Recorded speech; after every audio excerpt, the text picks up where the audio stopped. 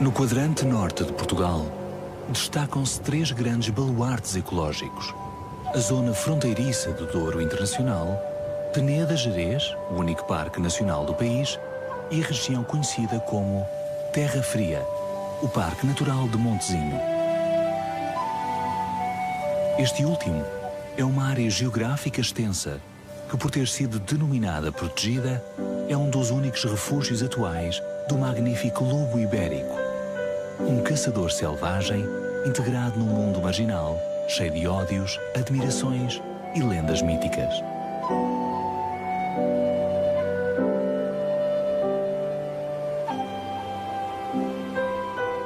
Numa região tão ampla e frondosa, é lógico que a fauna seja também abundante e diversificada. Cervídeos no cio, moluscos sem concha e muito pegajosos, felídeos bravios, pequenos mamíferos extremamente cautelosos, répteis inquietantes, fantásticos ases dos ares e tímidos seres terrestres com carapaça.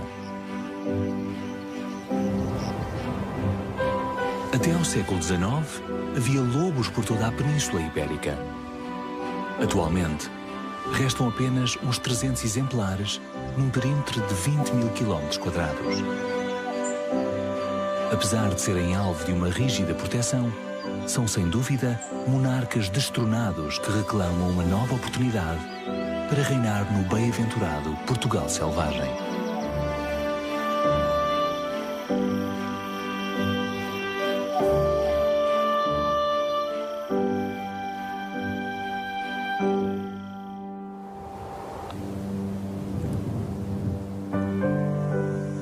Durante os últimos 100 anos, tem sido alvo de uma perseguição implacável.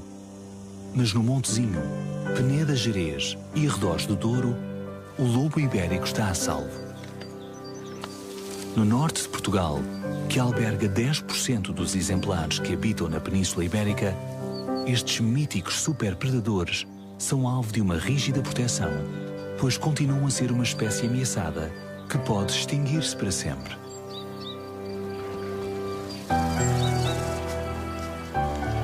No lobo cinnatus, assim chamado devido às manchas negras nas patas anteriores, predominam os tons castanhos, a sela, uma capa escura no dorso e as manchas brancas ou bigodes nos lábios inferiores. O peso varia entre 30 a 50 kg e mede cerca de 70 cm de altura. Vive em alcateias com uma rígida hierarquia social que não costumam ter mais de 7 membros. Os exemplares que ocupam a posição hierárquica mais alta, o casal reprodutor, são os alfa, os seguintes são os beta e os de estatuto mais baixo são os ômega.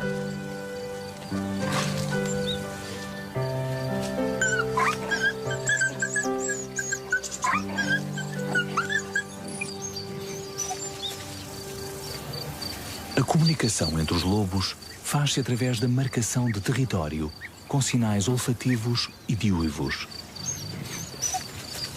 O uivar fortalece os laços, mantém a coesão da alcateia e divulga a posse de um território. As sessões de uivos incluem tons diferentes e ocorrem sobretudo durante o crepúsculo, antes da partida para a caça ou após o regresso de uma expedição comunitária.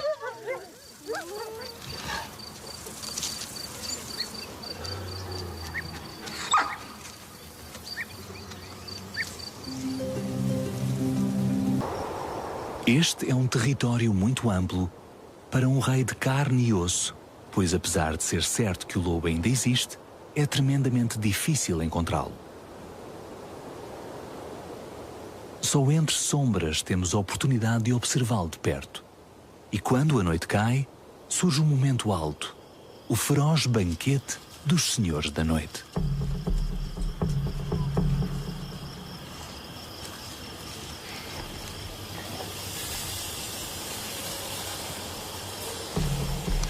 A maioria concentra-se no ventre da presa.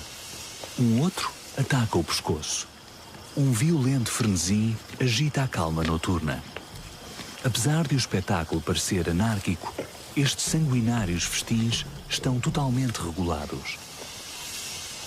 A distribuição da pitança realiza-se de maneira a que sejam os lobos hierarquicamente superiores a saciarem primeiro o seu apetite. Algo lógico, pois a sobrevivência da alcateia depende dos membros dominantes.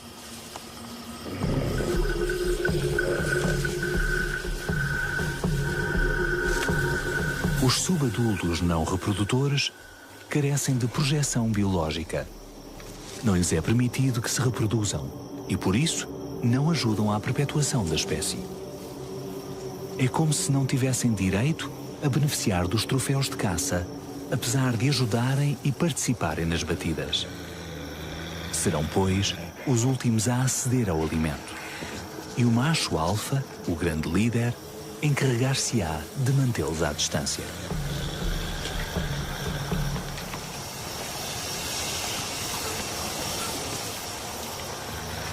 Rosnar, mostrar os incisivos, assumir posturas desafiantes, pôr as orelhas para a frente, eriçar a pelagem e olhar fixamente são componentes de uma linguagem corporal que expressa aborrecimento, agressividade e dominância.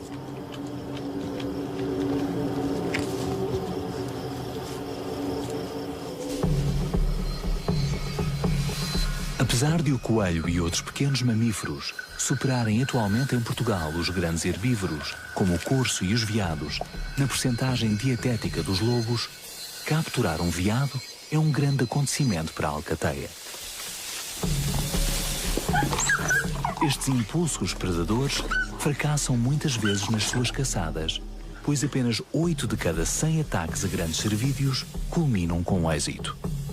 E, normalmente, os alvos são juvenis, exemplares com alguma clara incapacidade física ou fêmeas prenhas, tudo presas fáceis de capturar.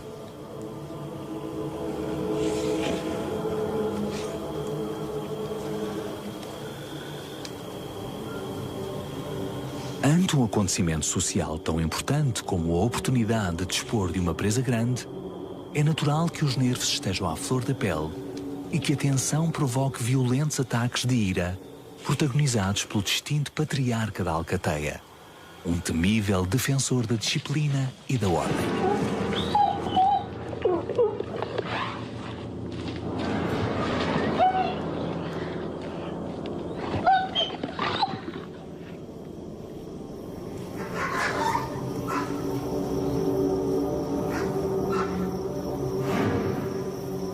Provocações contínuas, desafios permanentes, defesa contra invasões do território que rodeia a carcaça semi-devorada, intransigência paciente e confrontos brutais representam a base do impositivo esquema comportamental quando o festim é suculento.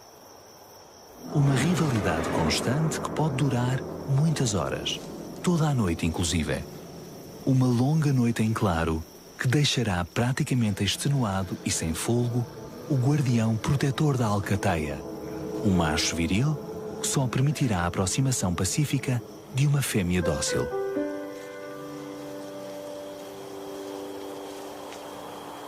Mas as caras feias e os gestos de submissão, como a cauda baixa, lamber os lábios, arquear o dorso ou agachar-se e expor o pescoço ao seu oponente, não serão suficientes para convencer o macho.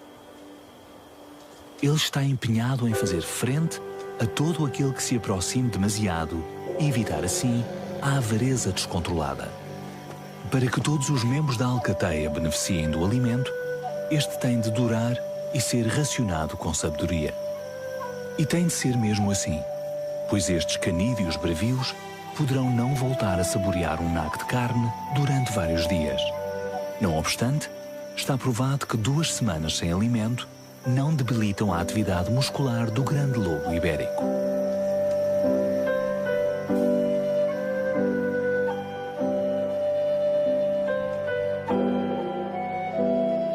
Os índios diziam que o lobo jamais desapareceria do mundo, pois é o guardião dos bosques.